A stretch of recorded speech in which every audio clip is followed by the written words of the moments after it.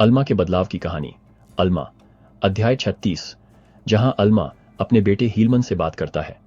मेरे बेटे, मेरी बातों पर ध्यान दो, क्योंकि मैं तुमसे वादा करता हूं कि जितना तुम परमेश्वर की आज्ञाओं का पालन करोगे, तुम इस देश में फलोगे फूलोगे। मैं चाहता हूं कि तुम वैसा ही करो जैसा मैंने किया है, अपने पूर्वजों की कैद को याद करते हुए, क्योंकि वे बंधन में थे और कोई उन्हें छुड़ा नहीं सकता था सिवाय अब्राहम के परमेश्वर के और इसहाक के परमेश्वर के और याकूब के परमेश्वर के, और उसने निश्चित रूप से उन्हें उनके कष्टों में छुड़ाया।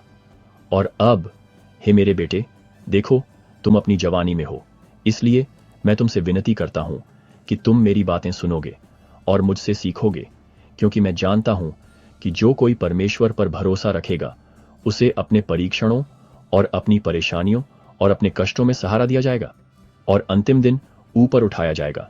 और मैं नहीं चाहता कि तुम सोचो कि मैं खुद से जानता हूं, सांसारिक नहीं बल्कि आध्यात्मिक, शारीरिक मन से नहीं बल्कि परमेश्वर से।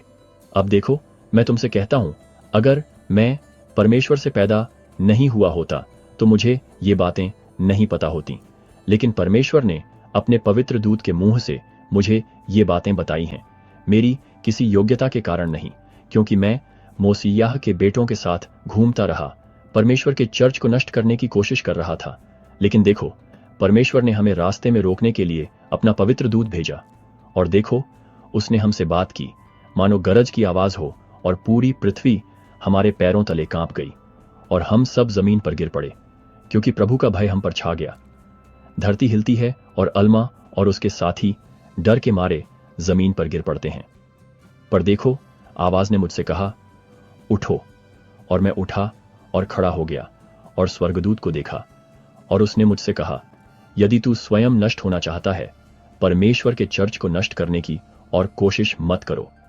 और ऐसा हुआ कि मैं पृथ्वी पर गिर गया, और यह 3 दिन और 3 रात तक रहा कि मैं अपना मुंह नहीं खोल सका, न ही मेरे अंगों का कोई उपयोग था। देखो, मुझे अपने पिता को लोगों के सामने भविष्यवाणी करते हुए सुनना भी याद आया, एक यीशु मसीह के आने के बारे में, जो परमेश्वर का पुत्र है, दुनिया के पापों का प्रायश्चित करने के लिए।